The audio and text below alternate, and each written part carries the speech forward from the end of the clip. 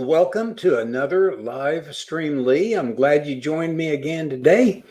And as usual, we're going to talk about business. We're going to talk about things that hopefully will help you earn more money, get more customers, grow your business faster, become more profitable, have more time with your family, and retire richer.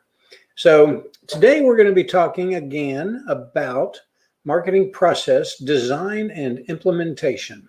And I'm going to just lead this off with, I have these conversations almost every day with different people and or groups of people.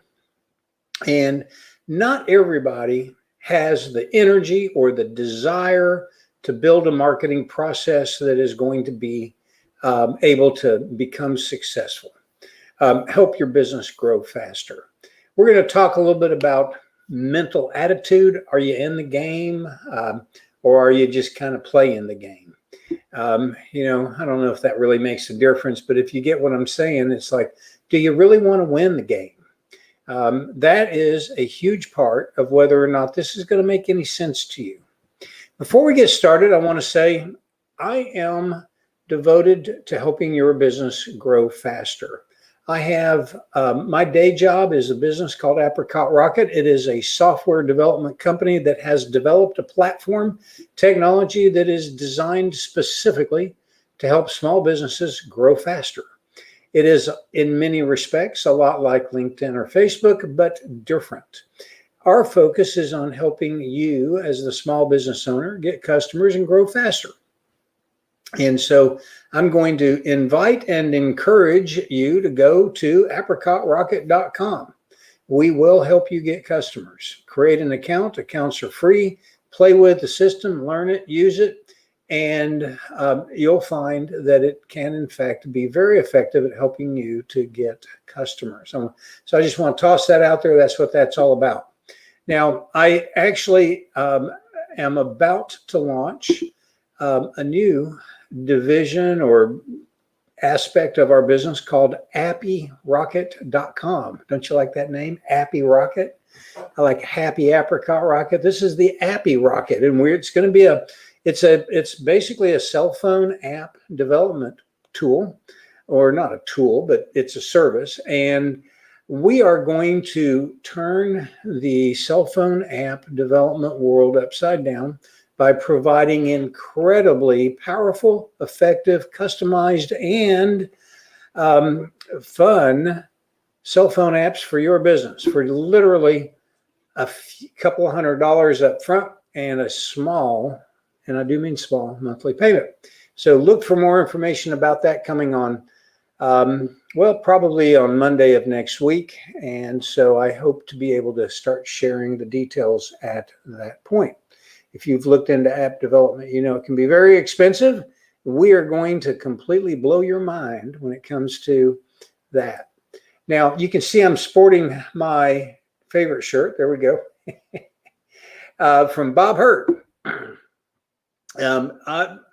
Bob's been in the clothing, the professional, the corporate branded clothing and apparel business for 50 plus years.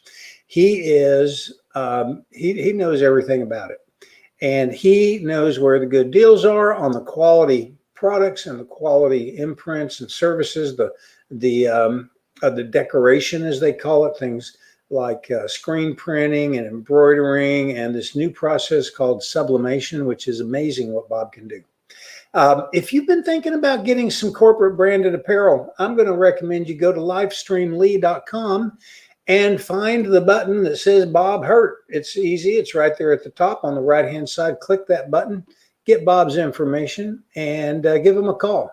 I know he's going to blow you away with the best deals, and I know he's also going to blow you away with the best service.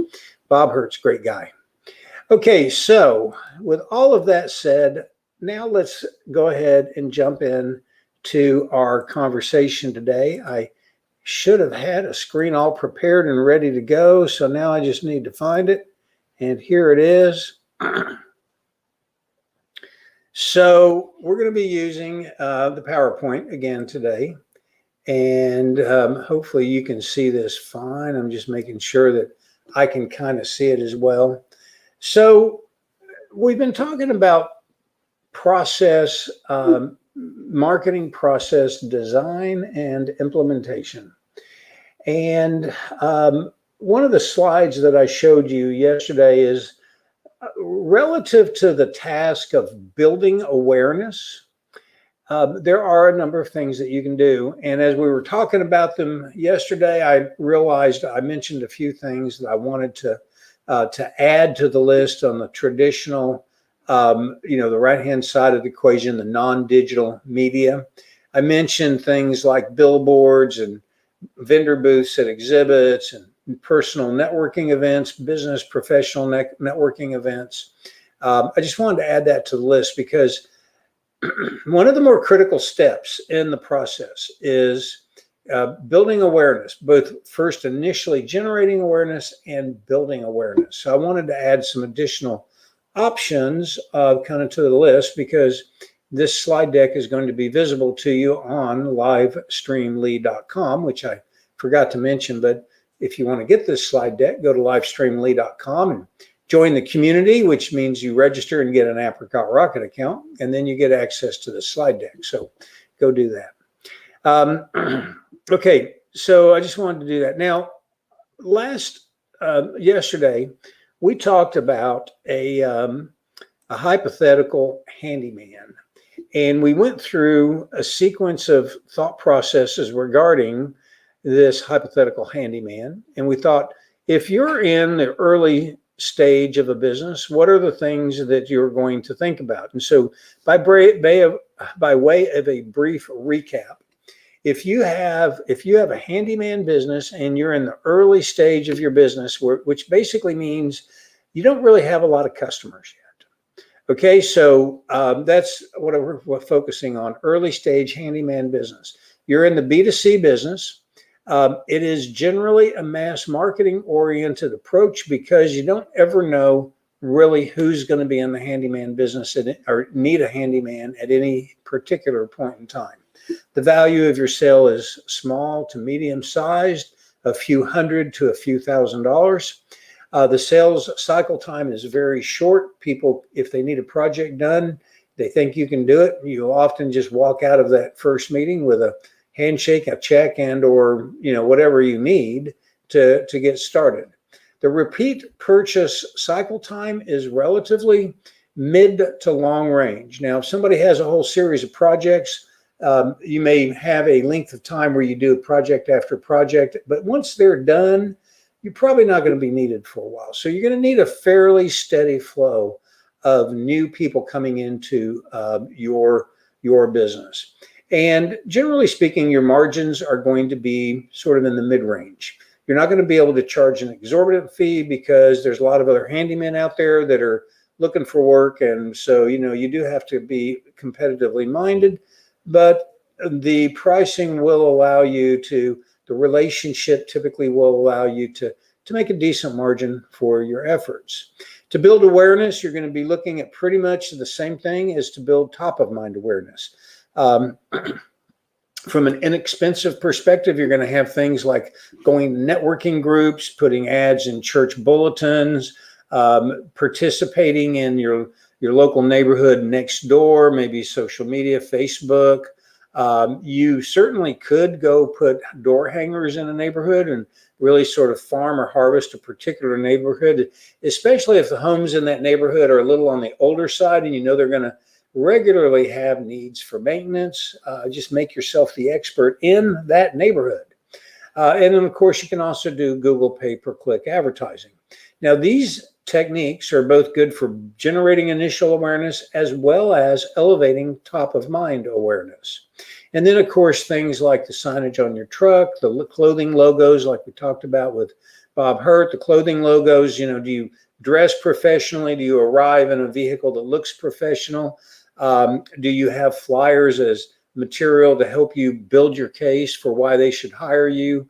Do you routinely post content, videos, and do your DIY articles, do-it-yourself articles and things like that on social media, on digital platforms? These are ways you build expertise. And then from a trust perspective, your overall professional brand image, from how you shave and comport yourself, the language that you use, the vehicles that you drive, the clothing. I mean, just everything is a corporate brand. You're showing up consistently, providing quality services with testimonials and reviews. All of these things are great. Now, when you're starting a business out, you're on one end of the spectrum or another. Okay, over here, you've got brand new businesses that don't have any customers and therefore cannot get referrals. And over at the other end of the spectrum, you have late stage, mid to mature to late stage businesses that have lots of customers from which they can get referrals.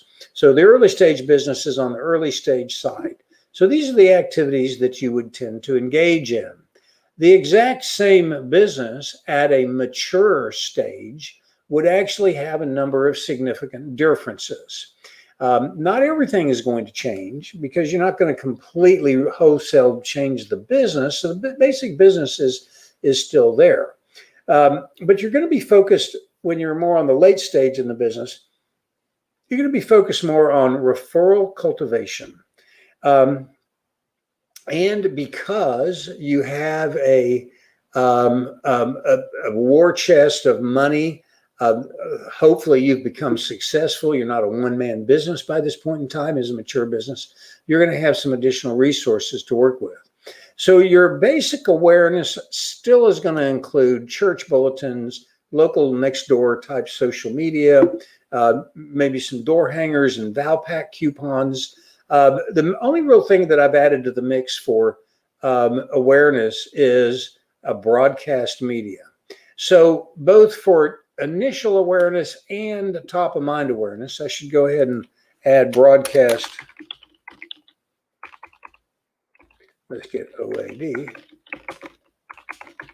Broadcast media in there. For top of mind awareness, you're going to, when you're working referrals, you're going to engage a lot in email and direct mail, communicating and staying in touch with your customer base.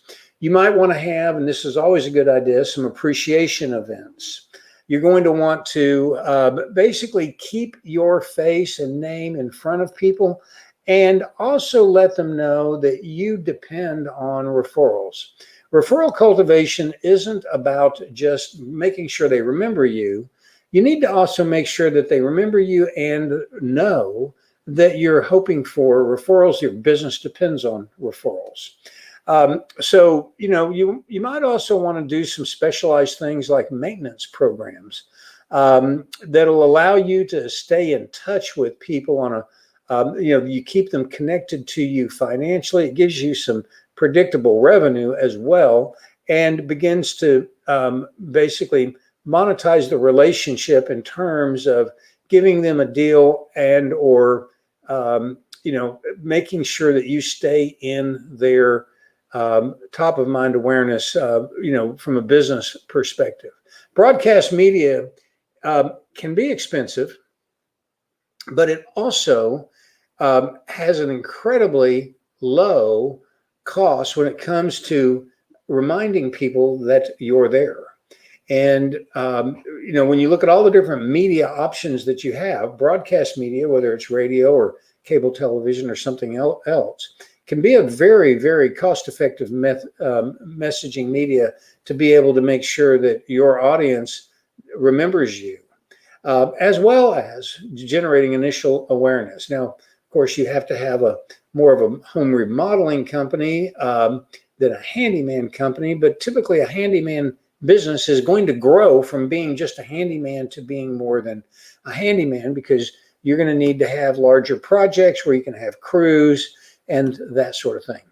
From an expertise perspective, it's pretty much the same thing on an ongoing basis, which, signage, your clothing and logos, the professional appearance that your staff, the workers that you have when they're out on the job, and then the other things that we talked about earlier. And then from a trust perspective, it's going to really continue to be things like your brand image, your professional corporate brand image, consistently showing up with kind of all the hallmarks of a professional, generating a quality result that shows up in the form of testimonials and positive reviews. So, the main difference between a mature handyman, contractor, home services business, and an early stage one is really kind of where on that shifting spectrum of first time, I mean, no referral, no customer base to work referrals from to mature customer base. Where on that spectrum do you exist? And of course, as your business grows and matures from not having any customers and no referrals, where you're focused 100% on generating initial awareness, as you mature towards having a large customer base, your mix and focus of marketing will change as that process occurs. So I thought it would be interesting to go through the exact same thought process relative to financial services. Now, when we think about processes, actually, let me just back up just a little bit and actually think about the processes involved here.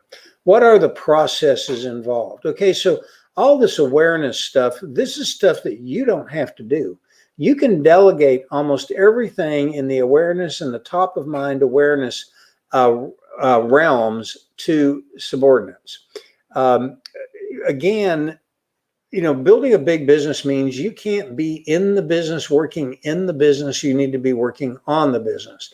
And so all of the things that you're going to do when you first start out, you're going to have to at some point transition into having other people do these things. And so, one of the earliest things that you're going to transition out of is a lot of the decisions and the involvement in the marketing. You're going to find either a marketing company or a professional, a contractor, maybe even hire somebody, depending upon how big you grow your company, that is responsible for carrying the corporate message out into the world via the various channels that you're going to identify, get you in front of the right audience. And then the top of mind awareness is going to be the same thing. You're going to develop specific capabilities that you're going to pass that process off to. And your job is going to be to set up a set of metrics where you measure how many emails did we send out? What was the open rate? How many direct mail pieces did we send out? How many people did we talk to today, this week, this month? How many inbound calls did we have? What was the mix and nature of the inbound calls? I mean, all of this kind of stuff needs to be measured relative to your marketing effort. And then as you go along, you're going to make little tweaks. You'll change the language and the wording, the frequency of the mailing, the size of the mailing, the day of the mailing. All those kinds of things you'll tweak and change, and you'll measure the differences, and you'll fine tune your marketing process and become ever more efficient over time. So marketing processes are where you take all of these individually identified steps, and then you assign the responsibility to somebody to do these, and then your job becomes measuring and managing. In fact, measurement is management. You can't manage something that you don't measure. So you're going to have to think about all the metrics that go along with this. So let's think about a slightly different business. Let me click on this. Okay, financial services. We're going to look at sort of the same thing, and this time it's an early stage financial services business. Now, this could be a financial advisor, it could be an insurance agent, just pretty much anything. Maybe a mortgage broker. That might be a little different, but because it's a little different industry. But generally speaking, you're in the financial services arena. Well, in the early stage of your business, you're going to be focused a lot on prospecting and advertising because you don't have customers to work with. So it's the same thing as pretty much any early stage business. You have to go out and find customers. Now, you are business to consumer. I'm presuming that you're a financial services business focused on the consumer market here. You could be on the business market. But you're going to be in a focused marketing arena, not a mass marketing arena.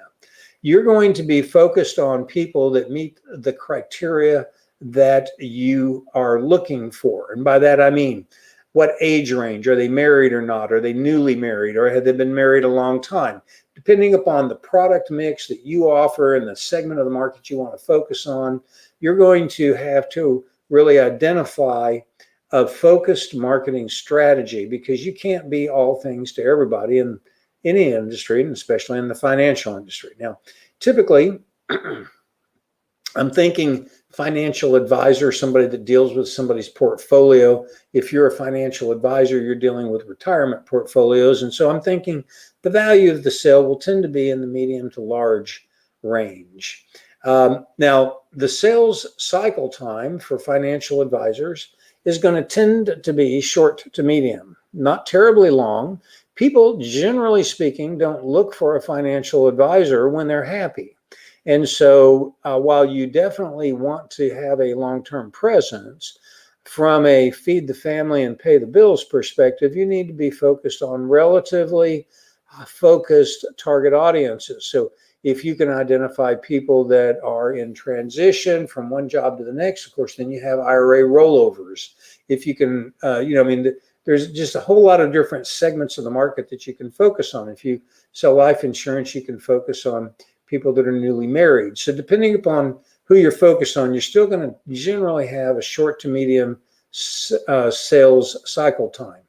Now, the repeat purchase will depend upon a number of things. First of all, if you're selling auto insurance or life insurance, you're selling typically long-term relationships, though you might be shopped a little bit more for low price on auto insurance. Life insurance tends to be a little different dynamic. But the repeat purchase tends to be either short to medium.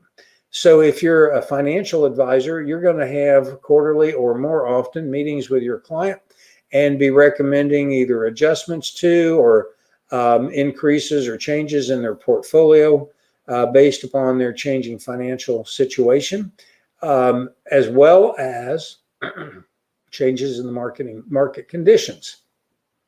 Regarding the margins are typically relatively low on a per dollar basis, but because the dollars are relatively large, you tend to have decent margins. Anywhere between about 0.5% up to 2%, I'm going to say 1% on an annualized basis of the portfolio value is probably about where most financial advisors are going to come in. From an insurance perspective, it's a little different thing. This is the overview of the design considerations. So what do? Well, it's not that much different than as an early stage business. It's not that much different from a handyman. You're going to be involved in a lot of inexpensive, time-consuming, direct personal involvement marketing to build awareness. Church bulletins, individual professional networking groups like BNI and Apricot networking and other things. You're going to be involved in social media and maybe engage in some focused mass media, depending. Focused mass media might mean that you would buy a mailing list of people that fit your parameters and send them messages that are designed and targeted at the wants that they have so that they pay attention to your messages. The top of mind awareness building is just more of the same. There's just not a whole lot that you can do to speed this process up, especially given the fact that most people that start out in a financial services business have a limited budget to be able to throw at the market, and they tend to have compliance department issues which cause them to have restrictions and constraints on how much they can actually do in the way of marketing without approval. Approved marketing, bottom line, in most cases, you just don't have a big enough budget to be able to move the needle in the market. So you have to start off with a lot of personal involvement. Your expertise, your authority quotient or silo is going to be filled with the following things. You're going to want to establish a personal brand that exudes authority and confidence. That's partly how you clothe yourself, but it's also how you talk. It's just basically, do you show up as a professional that's trustworthy?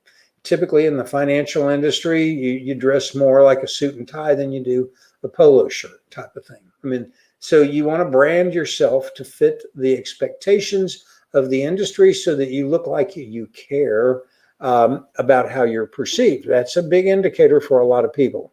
You're going to want to create content, videos, do-it-yourself articles, interviews, have market update bulletins or newsletters, that kind of thing. These give you an opportunity to showcase your knowledge and breadth of knowledge and detailed knowledge on the industry that you're in. And then from a trust perspective, it's a lot about professional branding, personal branding, and professional branding, which professional branding to some degree means, what does your environment look like? Are you on the 26th floor of an office tower in a corner window with wood paneling and in marble floors? Or are you in a more of a retail environment? It doesn't matter which one you're in. You can be one heck of a good financial advisor. But people have a tendency to associate the environment that you surround yourself with as an indication of your success and your trustworthiness, because they all kind of go together. Showing up consistently, delivering good results. Now, sometimes you can't talk about your results. Again, compliance issues, but to the extent that you can, getting testimonials and reviews, those are all things that can help you grow your business. Now, the exact same person at the opposite end of the career on a mature stage business is going to, again, be much more involved in referral cultivation. But they're not going to really change necessarily that much what they do. There's going to be a lot of personalized, high-touch involvement with the repeat purchase cycle and the referral cycle. You're going to add into the mix customer appreciation events and things like that to the extent that you can. You know what? I really need to come down here and do this. Top of mind awareness. Let's add customer appreciation. Yeah, I get a PION. And newsletters. Drop-bys. That's where you drop by, maybe drop off a gift, that kind of thing. Maintaining personal touch with these people, with your client base, is going to be important. But you also want to ask for referrals. One of the most important things to know about people is if you don't tell them what you want, they're not going to give it to you. The old adage of it never hurts to ask, and you can't lose anything by asking. I mean, asking for referrals and telling people that you depend on their referrals is going to help them to know what they should do to help you grow your business. So never be shy. Now, don't beat it to death, and call them up. Hey, have you got a referral for me? I need a referral this week. I haven't gotten one from you since last week. I mean, obviously you can't do that, but you need to make sure that they truly understand that it's critically urgent and important to you that your business grow from referrals, and that you are needful of their help if your business is going to grow. And if you're providing a good quality service, they're typically going to be quite happy to to make referrals to you. Now, it might only be 1 or 2 per year, or even less. But once you finally achieved a decent sized customer base, that can be a significant increase on a per customer basis when you look at it all in all. If you have 100 customers and they give you 1 or 2 a year, by the time you get to the second year, you have 200, and you double every year, right? I mean, that's an incredible growth rate. So you've got to work the referral side of the business really hard. Okay, so I am done with today. I think maybe I'll continue this next week and talk about another couple of types of businesses. But the real idea here is, once you decide what the activities are in each one of the silos that you're going to engage in, and once you've kind of laid the foundation, you've blazed the trail, you need to start leveraging and hiring people to get in and turn those tasks over to them so that you can work on the important part, which is closing the sale with the customer. Generating the advertising and the leads that come from it is something that is easy to delegate. And then as you grow your business, you'll actually be able to start turning over the actual operations side of building the documents and doing the interviews, where you become more of the consultant that comes in to oversee the process. You can't build a big business by working in the business. You just simply can't. You've got to work on the business, and you've got to have other people in the business helping you with the business. Well, once you've done all this, what's going to happen is you're going to have a big business, and there's going to come a time when you're going to want to sell that business, because that's what we all do. We build them, we grow them, and then we sell them. And, you know, you may sell several businesses in your life, or you may only build one business and sell it at the end. But when you get to that point, you're going to want to talk to Bob Hampton. Bob is both a CPA and a financial advisor, and he focuses a tremendous amount of his practice on business owners and helping them to get the maximum tax savings and the maximum value out of their business when that end game comes. And the ideal time to get in touch with somebody like Bob is a few years, if not more. The sooner the better, before that end time gets here, because there are certain things that he can advise you to do that'll have a massively beneficial impact on your tax and cash flow situation when that time comes. So if you don't have somebody like Bob in your portfolio of people that you work with, go to livestreamly.com, look for the Bob Hampton button, click there. You'll go to his website, get his phone number, give him a call. He's a great guy, and he's a smart guy, and he's a guy that can help you keep as much money as possible and not give it to Uncle Sam, which of course is, you know, all our goals, right? Okay, well, thank you for your time today. Tomorrow I have a great interview with Bruce Carnahan. Bruce I've known for, getting close to 20 years. And Bruce is a process improvement expert. He is in the process design, process cleanup business. He's a great guy. And we're going to talk about stuff like we talked about here, as well as other stuff. But Bruce is a guy that can help you and pretty much help anybody figure out and get their processes honed down to the most efficient and effective possible. And that's important. So come back tomorrow at 3 o'clock when I interview my friend Bruce Carnahan, and we'll see you tomorrow at 3 o'clock. Cheers, and thanks for being with us today.